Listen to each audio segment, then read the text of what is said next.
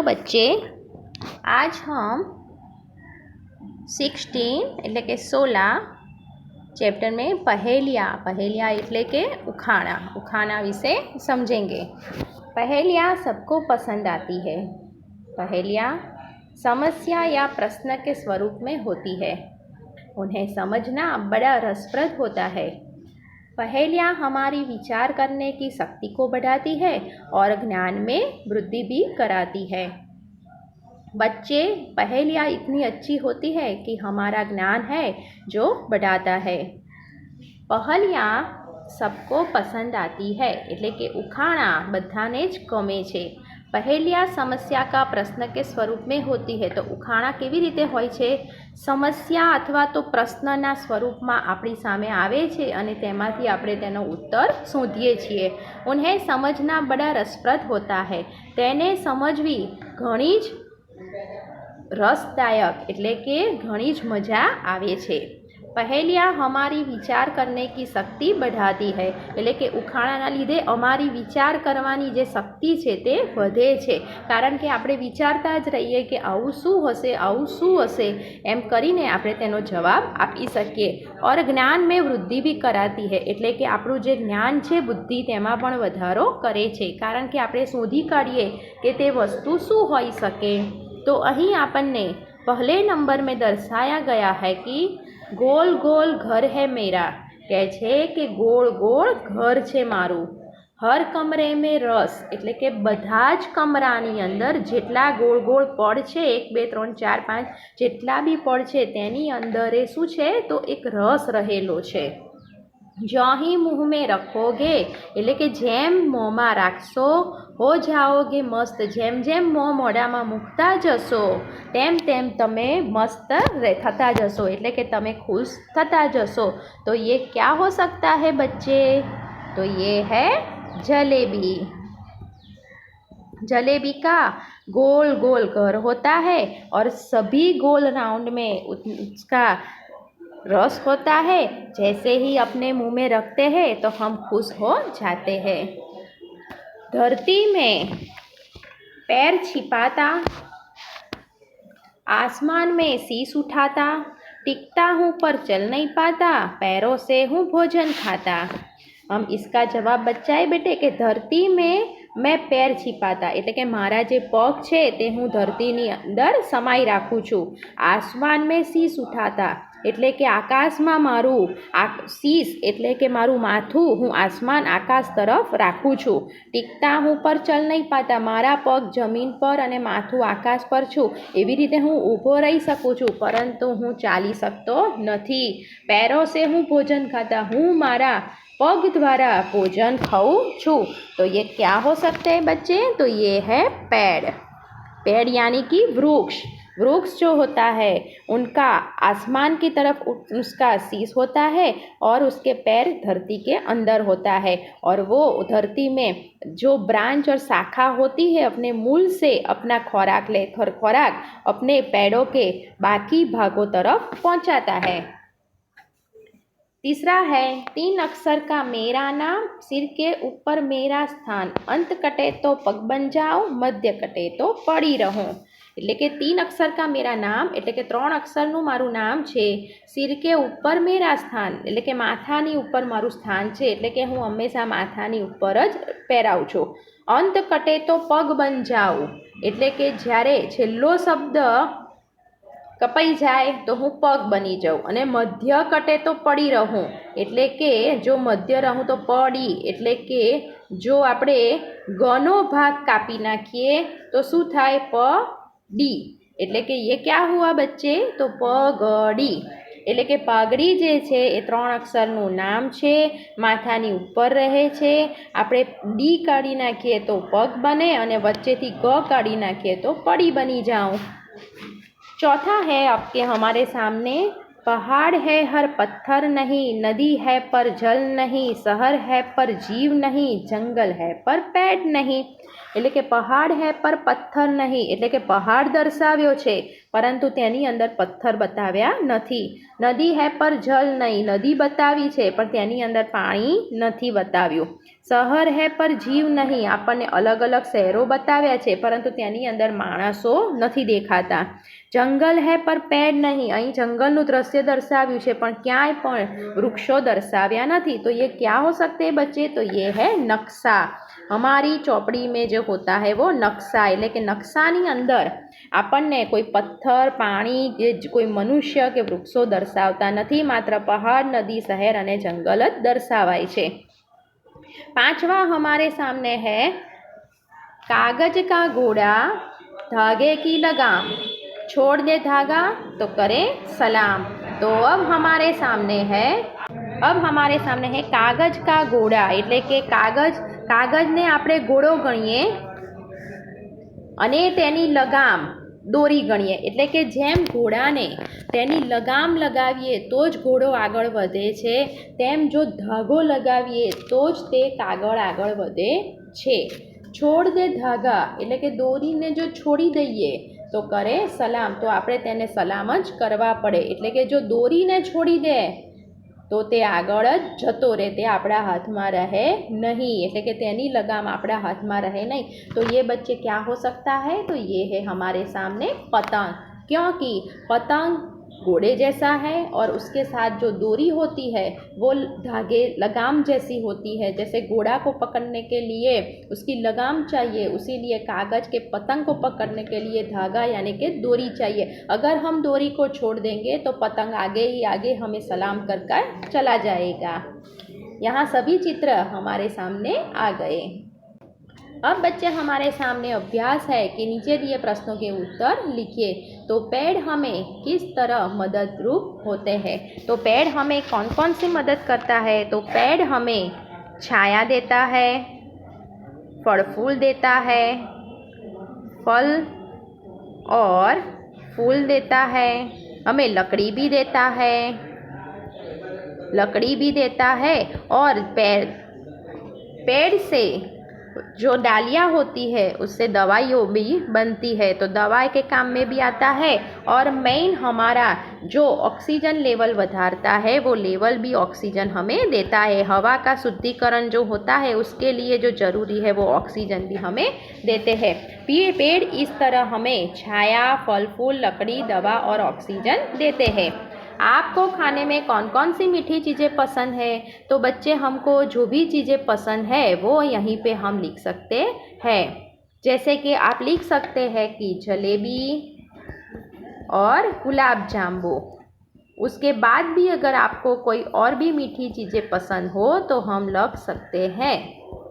तीसरा हमारे सामने सवाल है कि पतंग के अलग अलग नाम होते हैं तो उनकी सूची बनाओ. એટલે કે પતંગના જે અલગ અલગ નામ છે તો તેનું આપણે लिस्ट बनावानु છે. तो पतंग किस किस के प्रकार के होते हैं? तो पतंग ढाल के रूप में होते हैं, पतंग चांदेदार के रूप में होते हैं, पतंग पूरे शानदार के रूप में होते हैं और टुक्कल के रूप में भी होते हैं. और फिर हम लकड़ेदार और संपूर्ण गोल के रूप में भी लिख सकते हैं. ऐसे पतंग के अलग अलग नाम होते हैं जैसे चांदेदार, ढाल, पुका, टुक्कल, लकड़ेदार और पटेदार. अब स्वाध्याय करना है बच्चे हमें कि हम पढ़कर समझिए. ये हमारे सामने है धरती और आसमान. तो ये हमारे सामने विरोधी शब्दार्थ हुए. धरती का विरोधी आसमान, उठाता तो गिराता, ऊपर तो नीचे, शुरुआत तो अंत, शहर तो गांव. इस तरह हमारे सामने विरोधी शब्द है. दूसरे प्रश्न में हमें कहा गया है कि उपयुक्त शब्दों का वाक्य में प्रयोग कीजिए. तो जो शब्द विरोधी हमको दिए गए हैं उनका हमें वाक्य बनाना है. तो पहला शब्द है हमारे सामने धरती और आसमान. तो धरती पे हम लिखेंगे हम धरती पर रहते हैं। तो धरती की जगह पे आसमान, हम आसमान में नहीं रहते हैं। तो इस तरफ हम दूसरे भी सेंटेंस बना सकते हैं कि उठाता और गिराता। तो हम उठाता और गिराता का बनाए तो अच्छा आदमी लोगों को उठाता है, यानी कि उठाना यानी कि मदद करके उसे आगे ले जाते हैं, उसे हम उठाना कहते हैं। तो अच्छा आदमी लोगों को उठाता है। तो हम लिख सकते हैं उसके सामने के अच्छा आदमी कभी किसी को गिराता नहीं है। अच्छा आदमी किसी को गिराता नहीं है, गिराता नहीं है। इस तरह हम आगे तीसरे नंबर पे ले तो ऊपर और नीचे, ऊपर नीचे उसका हमें सेंटेंस बनाना है। तो आसमान ऊपर है, आसमान ऊपर है।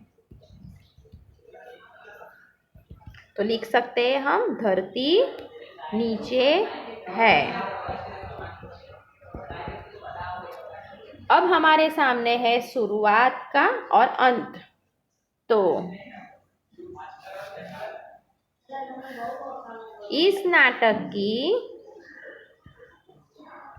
शुरुआत अच्छी है, कि शुरुआत अच्छी है।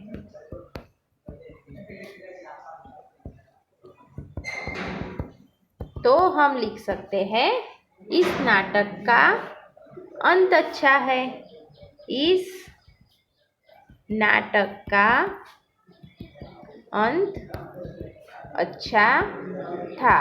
इस तरह हम शुरुआत और अंत ऐसा भी लिख सकते हैं कि इस नाटक का अंत अच्छा नहीं था, इस नाटक का शुरुआत अच्छी थी। इस तरह हम वाक्य बना सकते हैं शहर और गांव। लोग शहर में रहना पसंद करते हैं, लोग शहर में रहना पसंद करते हैं, पसंद करते हैं। इस तरह लग सकते हैं कि लोग गांव में रहना पसंद नहीं करते। तो लोग गांव में रहना पसंद नहीं करते, नहीं करते। इस तरह हम विरोधी शब्द से वाक्य बिठा सकते हैं। अब हमारे सामने है पढ़कर समझिए। तीसरा है पढ़कर समझिए। हर रोज यानी हमेशा, ये हुए समानार्थी शब्द। पहाड़ और पर्वत, पेड़ का दूसरा नाम वृक्ष, धरती का भी दूसरा नाम पृथ्वी, शीश यानी के मस्तक। उपयुक्त शब्दों का वाक्य में प्रयोग कीजिए। तो चौथे नंबर के प्रश्न में भी हमें उदाहरण दिया गया है कि हर रोज और हमेशा, यानी कि हर रोज का वाक्य है मैं हर रोज दूध पीती हूँ, और हमेशा का भी मैं हमेशा दूध पीती हूँ। वाक्य सेंटेंस वही के वही है, मात्र शब्द ही बदल गए हैं। तो ऐसे पहाड़ और पर्वत से हम लिख सकते हैं राहिल, पहाड़ का शब्द ले हैं हम, तो राहिल पहाड़ पर चढ़ सकता है, पहाड़ पर चढ़ता है। तो उस तरफ हम पर्वत का भी लिख सकते हैं कि राहिल पर्वत पर चढ़ सकता है, चढ़ सकता है। इस तरफ हमारे सामने है तीसरा वाक्य पेड़ और वृक्ष। तो पेड़ और वृक्ष के नीचे हम लिख सकते हैं पेड़ के नीचे छाया होती है, छाया होती है એટલે કે ઝાડની નીચે છાંયડો મળે છે। तो ऐसे हम लिख सकते हैं कि वृक्ष के नीचे वृक्ष के नीचे छाया होती है, એટલે કે ઝાડની નીચે છાયા મળે છે। अब धरती और पृथ्वी, तो धरती हमारी माता है, तो हम लिख सकते हैं कि पृथ्वी हमारी माता है। इस तरफ हम लिख सकते हैं शीश और मस्तक से, तो शीश और मस्तक से हम लिख सकते हैं हमें बड़ों के आगे शीश झुकाना चाहिए, शीश झुकाना चाहिए, यानी कि हमें मोटानी आगळ माथुं नमावવું જોઈએ। तो इस शब्द को हम मस्तक से भी लिख सकते हैं। हमें बड़ों के आगे मस्तक झुकाना चाहिए।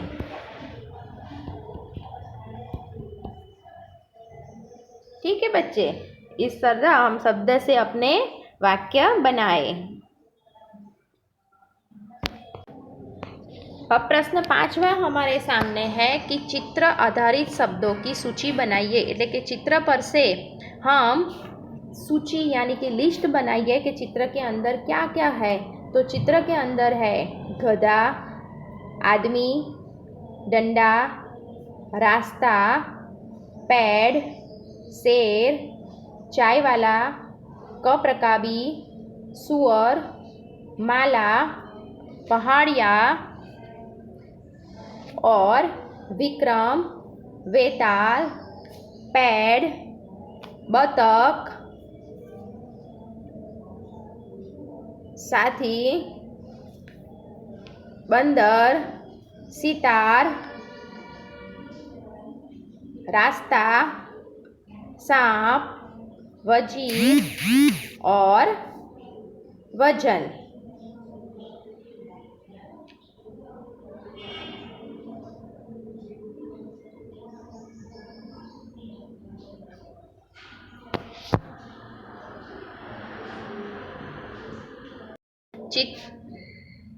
चित्र आधारित प्रश्न नंबर 5 में बच्चे हमें शब्दों की सूची बनानी है, तो हम शब्दों का लिस्ट उतारना है। तो हम चित्र देखकर बता दें कि